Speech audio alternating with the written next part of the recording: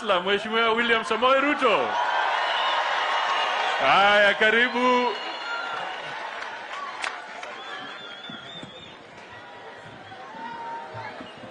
Asante sana. Tafadhali tuketi. Asante sana.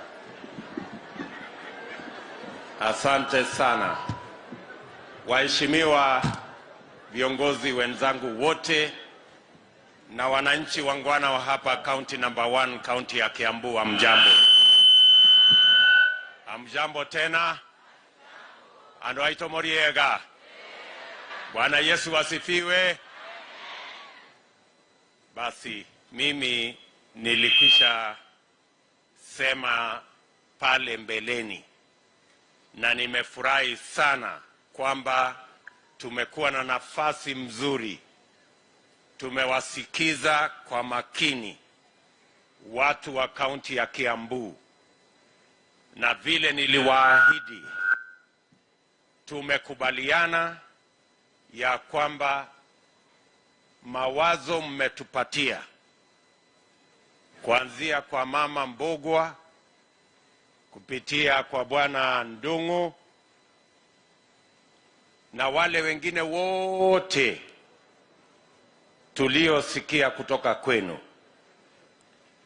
Mimi nataka niwahakikishie ya kwamba chata yetu ya Kiambu County ambayo tutaandika mkataba ya kazi vile itafanyika na mahali itaanza, itakuwa na mawazo mliochangia katika mkutano huu na zile memorandum ambazo mmetupatia, so that we can have a document that we can sign as a charter that will inform what the government of Kenya, by God's grace, when we put it in place on 9th of August, will do in Kiambu County.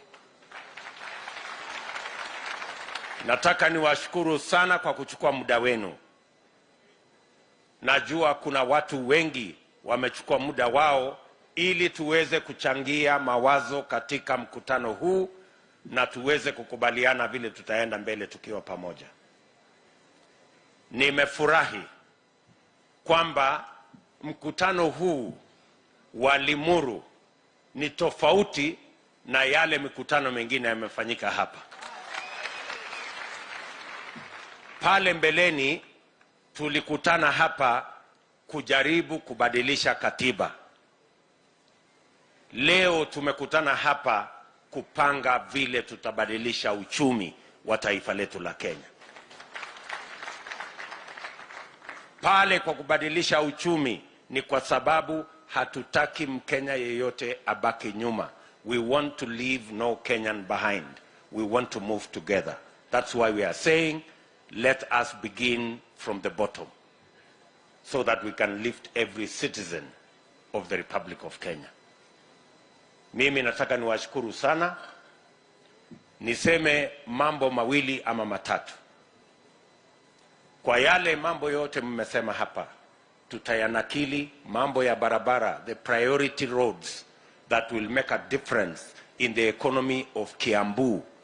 We want those priority roads that will make the economy of Kiambu grow, so that we can begin and prioritize those roads and complete the ones that are stalled. Maneno ya infrastructure ambayo inahitajika, najua tulikuwa tumewaambia pale mbeleni, kwa sababu Kiambu ni county ambayo wakulima wengi wa ng'ombe za maziwa wanaishi. Tulikuwa tumewaahidi 32 milk coolers. Tuliwaletea 9. I want to commit kwamba kwa sababu ya matatizo ya conflict of interest, zile 23 milk coolers hazijafika. But I want to promise you that within the first 100 days we will eliminate all hurdles and we will bring the 23 milk coolers for the people of Kiambu, ili muweze kupanua mazao yenu ya kilimo na hasa ya maziwa, na tufanye ile processing mumesema hapa ambayo mnataka, so that we can have sufficient competition with the different processors, so that farmers can have the correct pricing for their produce. Vile vile tuko na miradi ya maji na yale mengine yote. Tumesikia mambo ya cost of electricity. Nimeona production ya leather ambayo tumeona hapa, ambayo inatengenezwa hapa Kiambu. Mimi nataka niwahakikishie ya kwamba as a government we will promote local production. Saa hizi tunaajiri viatu ama tunaagiza viatu ya wanajeshi na wale wengine kutoka sehemu zingine. I want to commit that we are going to produce those shoes in Kenya going forward. We are going to produce all our uniforms in Kenya going forward. Ya our disciplined forces, ya watoto wetu wote wa shule, all that production will be localized in every county and in every sub-county, so that we can meaningfully create jobs for our young people. Mimi nataka muelewe ya kwamba this discussion is the discussion of our lifetime. Na tumekubaliana vile vile ya kwamba biashara, vile mumesikia hapa, credit is one of the biggest impediments to the livelihoods of many people. Watu wengi wanapata shilingi 200 kwa siku, ni kwa sababu sehemu kubwa ya mapato yao inachukuliwa na mambo ya mikopo. Utafiti ambao tuko nao unaonyesha ya kwamba tukisuluhisha tatizo la mikopo peke yake, ama riba ama interest, we can actually double the earnings of micro and small enterprises just by sorting out credit. Wale wanapata shilingi 200, tukiwapatia mkopo kwa riba ya chini, mnaweza kupata shilingi 400 for doing the same thing in the same way, just if we sort out credit.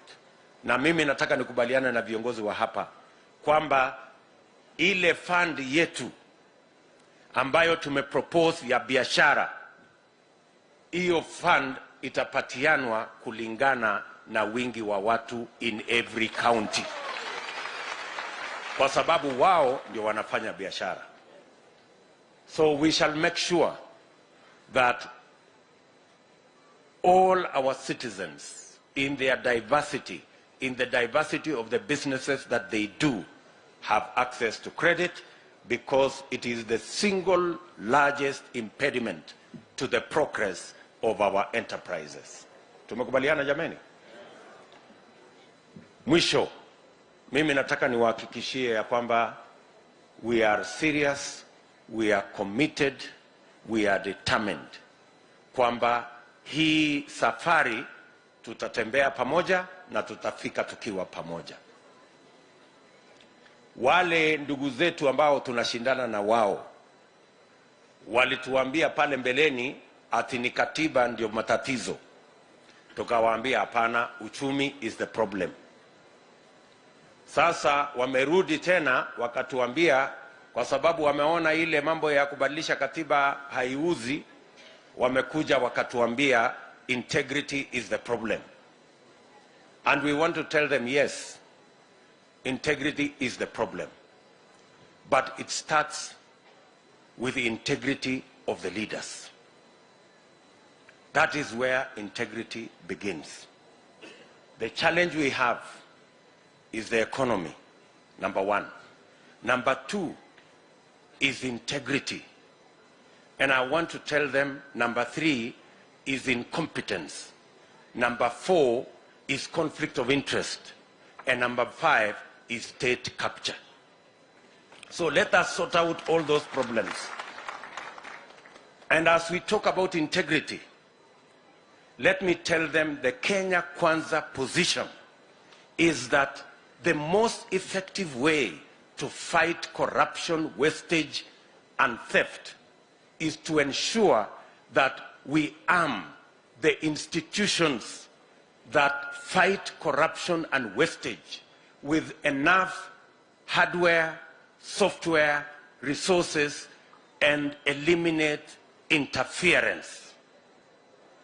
The Kenya Kwanza administration will make sure that the entire criminal justice system not only are independent, but they also have financial independence so that nobody interferes with their work and they can carry their work out without any political interference.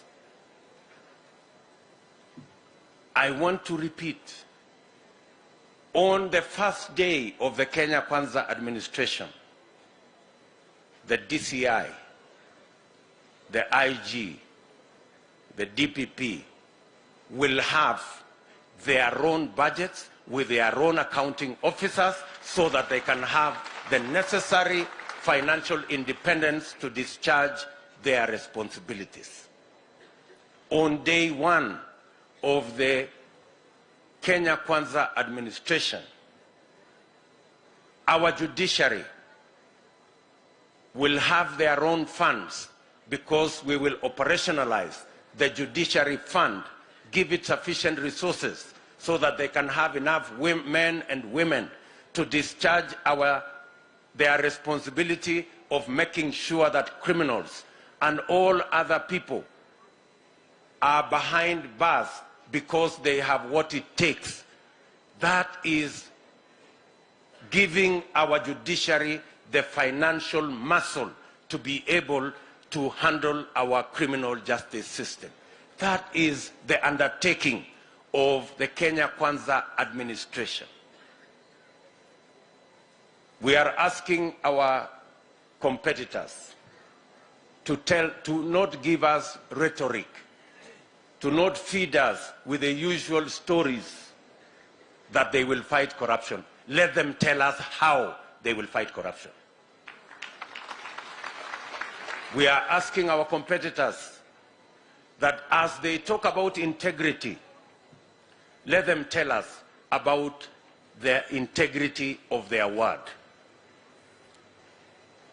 If you cannot keep your word as a leader, if you are a leader with a litany of betrayal and deceit, how can you have a conversation about integrity?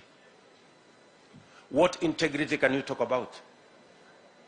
Hawa watu ambao wanatuambia kuhusu ufisadi. Kama wewe ni mtu tapeli, umetapeli hawa, umetapeli wale, umetapeli NASA, umetapeli Jubilee, hata hiyo Azimio umetapeli, alafu unataka kutuambia mambo ya ufisadi. Ufisadi wa kupindukia ni ufisadi wa uongozi wa utapeli.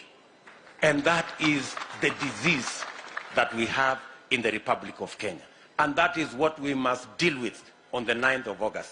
Tuondoe ufisadi na utapeli katika uongozi wa taifa letu la Kenya. Tunaelewana jameni? Tunaelewana? So we are telling our friends, we are ready to meet you halfway.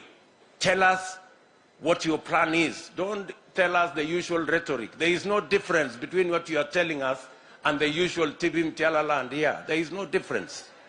You are not telling us anything new.